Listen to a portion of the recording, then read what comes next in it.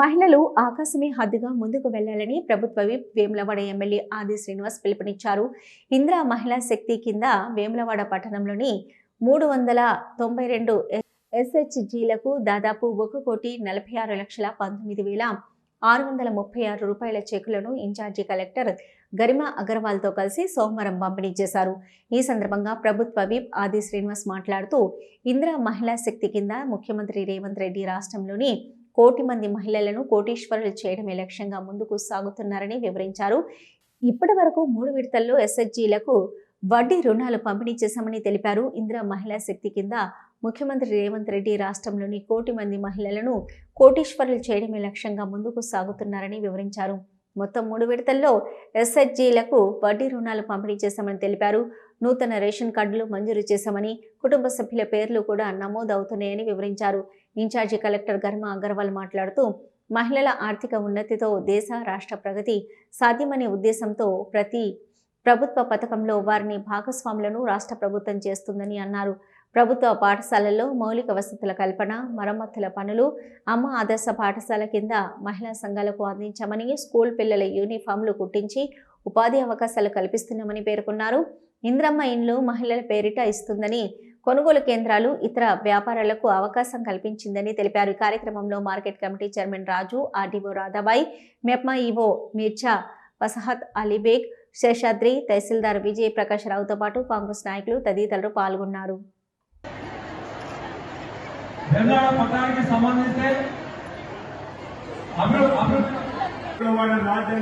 ఇప్పటికే 150 కోట్ల నిధులు పెట్టుకుని ఆ ల్యాండ్ ఆసుపత్రుల్లో తీసుకొని పోతున్నాం.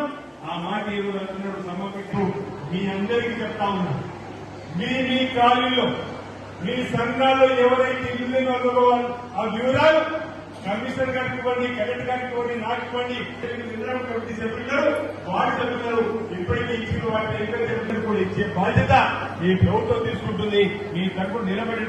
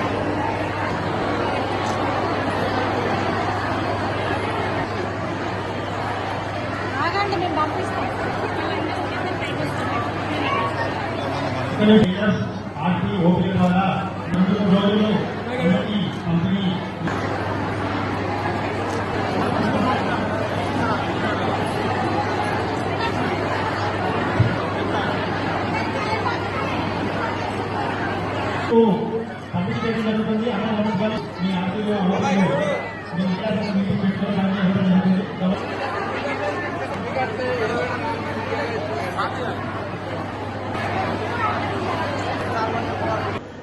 ఎనిమిది 871 ఉన్నాయి పొదుపు సంఘాలు ఈ రాష్ట్ర ప్రభుత్వం ద్వారా బ్యాంకు లింకేజ్ ద్వారా నడిచేటువంటి సంఘాలు మహిళా తల్లు ఆత్మ గౌరవంతో ముందుకు సాగాలని, మహిళా తల్లులందరూ కూడా కోటీశ్వరులుగా మారాలని చెప్పేటువంటి ప్రయత్నంలో భాగంగా ఆనాడు ముఖ్యమంత్రిగా వైఎస్ఆర్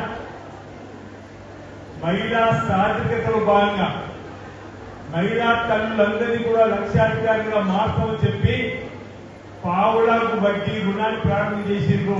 అప్పుడు మన ఉమ్మడి జిల్లా కరీంనగర్లోనే మొట్టమొదటి కార్యక్రమం అయినప్పుడు వారి పక్కన మహిళా సశక్తి సంఘాలకు సంబంధించిన నాయకులను కూర్చుని పెట్టుకొని మమ్మల్ని 2వ వరుసలో కూర్చుని పెట్టుకొని మహిళల ఆత్మ గౌరవాన్ని పెంపొందించే కార్యక్రమము, మహిళలను వ్యాపారులుగా తీర్చిదిద్దాలి, ఆర్థికంగా ఎదగడానికి వారికి ప్రభుత్వం చేదోడు వాదోడు ఇవ్వాలని చెప్పని ఆనాడు ధాన్యం కొనుగోలు కేంద్రాలు ఏర్పాటు చేస్తే గ్రామాల్లో ఇచ్చింది మన మహిళా సంఘాలకు వ్యాపారం చేస్తూ ఆర్థికంగా ఎదగాలి, ఈరోజు ఇంట్లో చేదోడు వాదోడు ఉండాలని చెప్పని మొదలు పెట్టినటువంటి ఈ యజ్ఞం ఈరోజు గౌరవ ముఖ్యమంత్రి శ్రీ రేవంత్ రెడ్డి రెడ్డి గారు పదవి బాధ్యత స్వీకరించిన తర్వాత మహిళా తల్లులకు సంబంధించి మరింత గౌరవాన్ని నిరూపే విధంగా ఈ 5 సంవత్సరాల్లో 1,00,00,000 లక్షలు 1,00,00,000 మంది మహిళలకు ఇవ్వాల్సిందే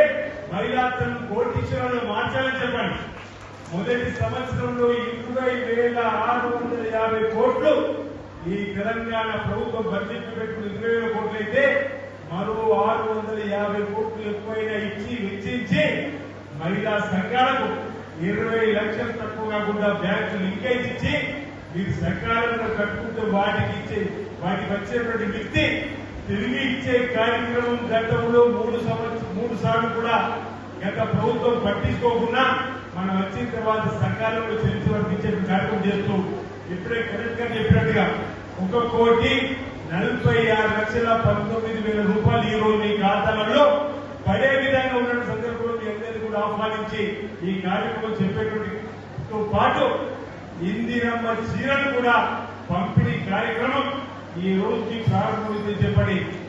ఆత్మ గౌరవాన్ని పెంపొందించేటువంటి సెల్ఫ్ రెస్పెక్ట్ కల్పించే విధంగా మహిళలను ముందుకు తీసుకొని పోవడం చెప్పండి. ఈ ఇందిరమ్మ రాజ్యంలో ముఖ్యమంత్రి శ్రీ రేవంత్ రెడ్డి గారి నాయకత్వంలో జరుగుతున్నటువంటి అంశాలను చర్చించుకోవడానికి కూడా ఉపయోగపడే విధంగా ఈ రోజు మీ అందరూ కూడా రావడం జరిగింది.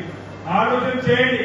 2 సంవత్సరాల క్రితం అధికారంలో వచ్చిన రేవంత్ రెడ్డి గారి సర్కార్ ఇందిరమ్మ రాజ్యంలో ఆనాడు ఇందిరమ్మ ప్రధాని ఉన్నప్పుడు కూడు గుడ్డ నిర్ణయం తీసుకొని వచ్చి గరీబీ అట్టావో నిర్ణయం తీసుకొని వచ్చి బోర్డు భూములు పంపిణీ చేసి ఇల్లు లేని వాళ్ళందరికీ ఇందిరమ్మ ఇల్లు ఇచ్చి అంతేగాని గ్రామాల్లో ఉపాధి హామీ ఎండాకాలం లేకపోతే ఉపాధి హామీ పని తీసుకొని వచ్చి రాజ్య పరికరాలు రద్దు చేసి బ్యాంకులను జాతీయకరణ చేసి ఎస్సీ ఎస్టీ బీసీ మైనార్టీ పేద వర్గాలు సంబంధించిన వారికి అనేక చక్కటి కార్యక్రమాల్ని తీసుకొని వచ్చినటువంటి అంశం మీరు ఒకసారి గమనించాలి.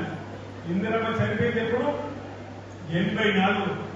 కానీ ఇప్పటికీ 40 సంవత్సరాలు దాటినా ఇందిరమ్మ పేరుతో అనేక సంక్షేమ కార్యక్రమాలు చేసుకుంటున్నాం. అంటే పేదల